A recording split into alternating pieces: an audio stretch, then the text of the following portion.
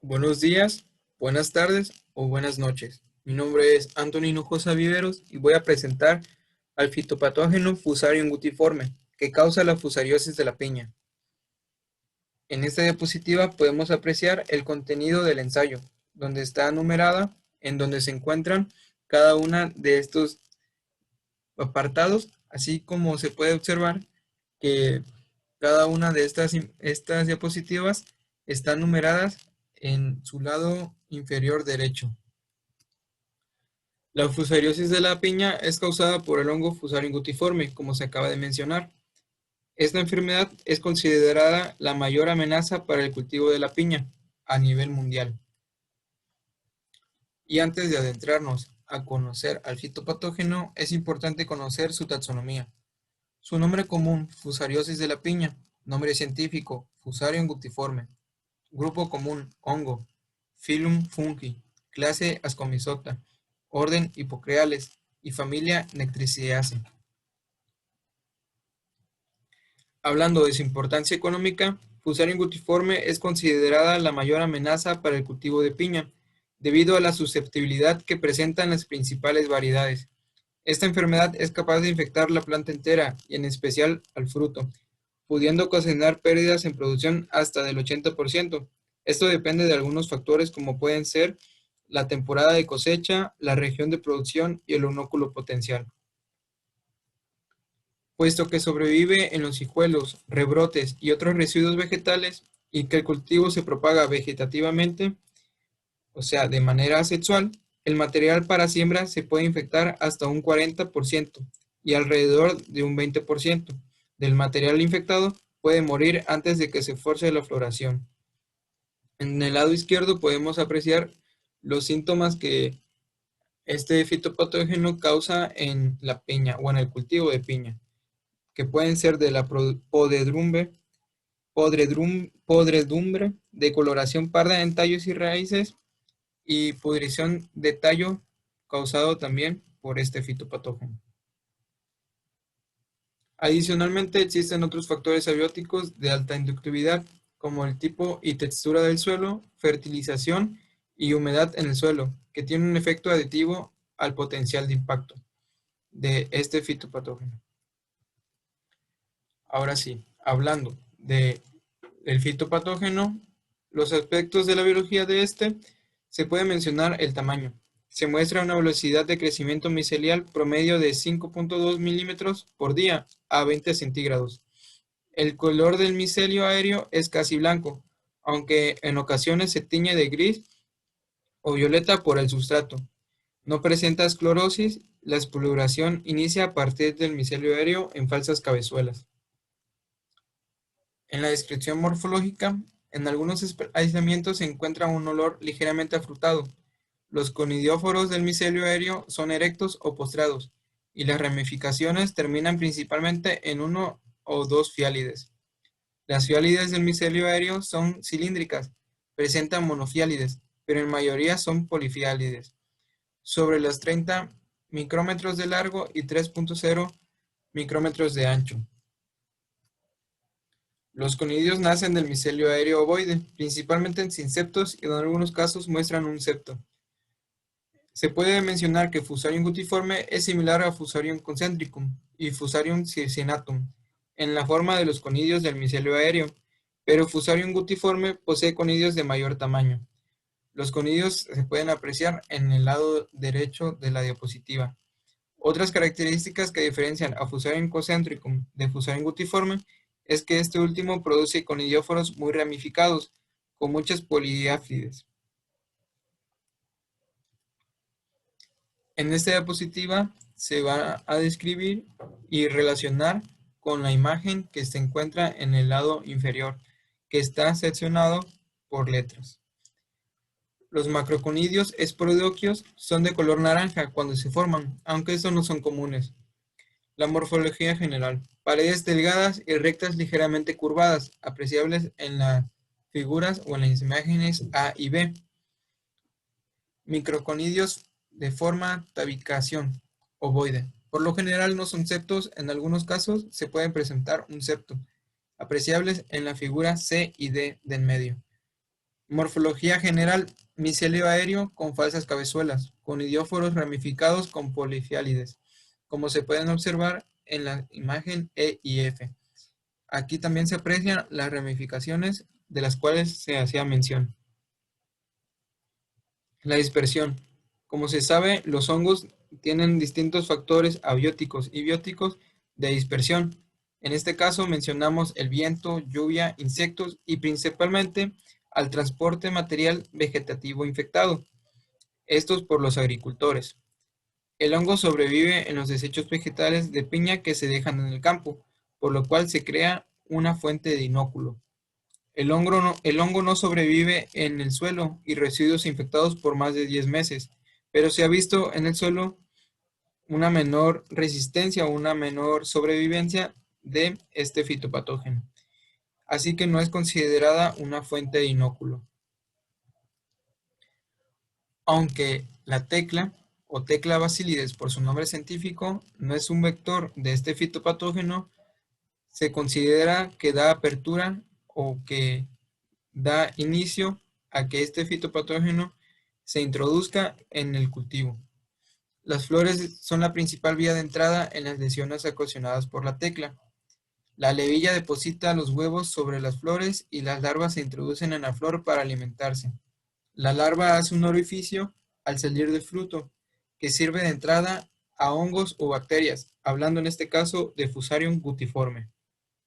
Y en esta imagen del lado izquierdo se puede apreciar a grandes rasgos el ciclo de la tecla.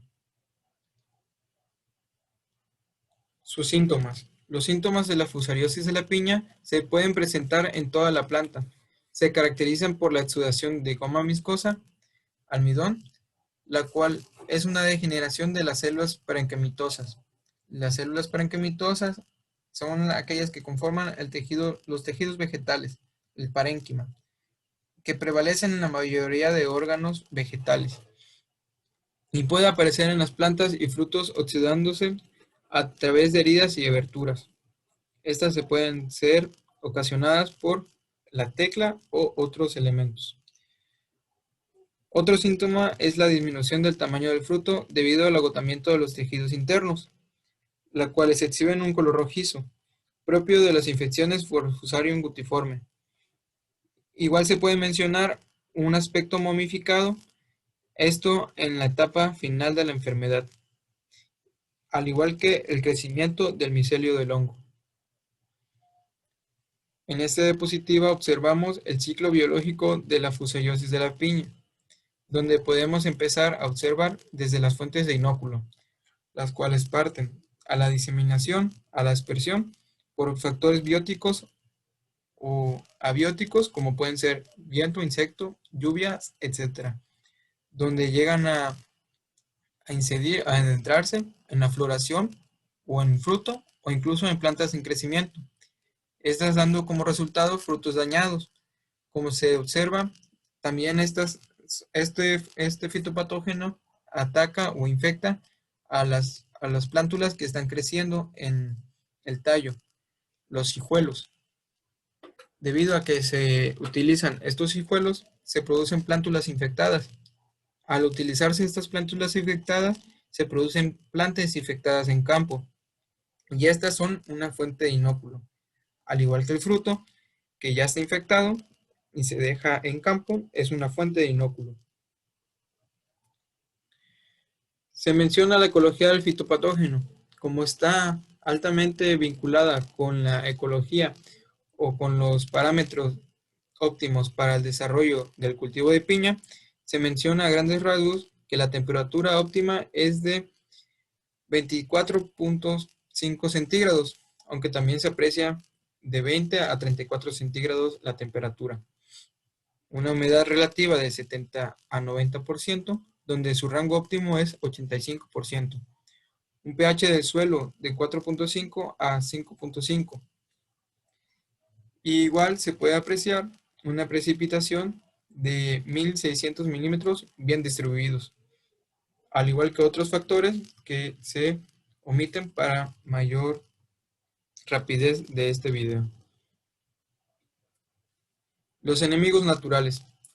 Candidata cruzei y Cloaquera aphis, ambas levaduras, se utilizaron en un cocultivo. Un cocultivo es mezclar o usar varias células in vitro para permitir interacciones sinérgicas o antagónicas. En este caso, se buscó un antagonismo, donde se observó que estas levaduras de la piña inhibieron el crecimiento de Fusarium gutiforme. Igual se menciona que Candidata cruzei causó anomalías en las cifras de Fusarium gutiforme después de la adhesión. Se menciona que los hongos antagonistas son importantes para el control biológico. En este caso, mencionamos a Trichoderma herrzianum, que destaca por ser entre las más utilizadas para el biocontrol, y en este caso también ayuda al biocontrol de este fitopatógeno. A continuación se presentan imágenes de los signos de Fusarium gutiforme en distintos órganos de piña. Los síntomas que pueden apreciarse son el amarillamiento, enanismo y marchitez de las plantas infectadas por fusariosis, estas observadas en el follaje. Igual en el follaje se puede observar una marchitez e incluso la muerte, una pudrición en la base de las hojas o alteración de la filotaxia, la cual se refiere a la disposición de las hojas alrededor de un eje o centro, reducción en el tamaño de las hojas y apertura de la roseta central.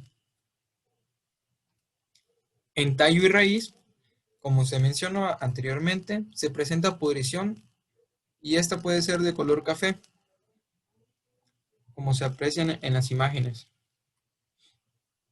En los frutos presentan exudaciones gomosas con apariencia de resina.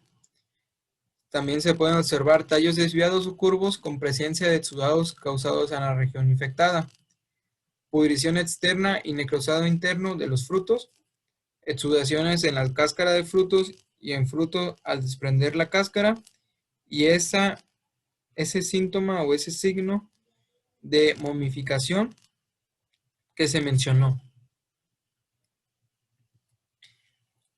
Como conclusión, al finalizar la investigación puedo observar el gran riesgo que representa Fusarium gutiforme para el cultivo de piña, debido a que en este se utilizan los hijuelos del cultivo anterior, reproducción asexual como se mencionó. El tejido vegetal puede estar contaminado, por lo que la propagación al nuevo cultivo será altamente probable, como pudimos observarlo en el ciclo de este fitopatógeno.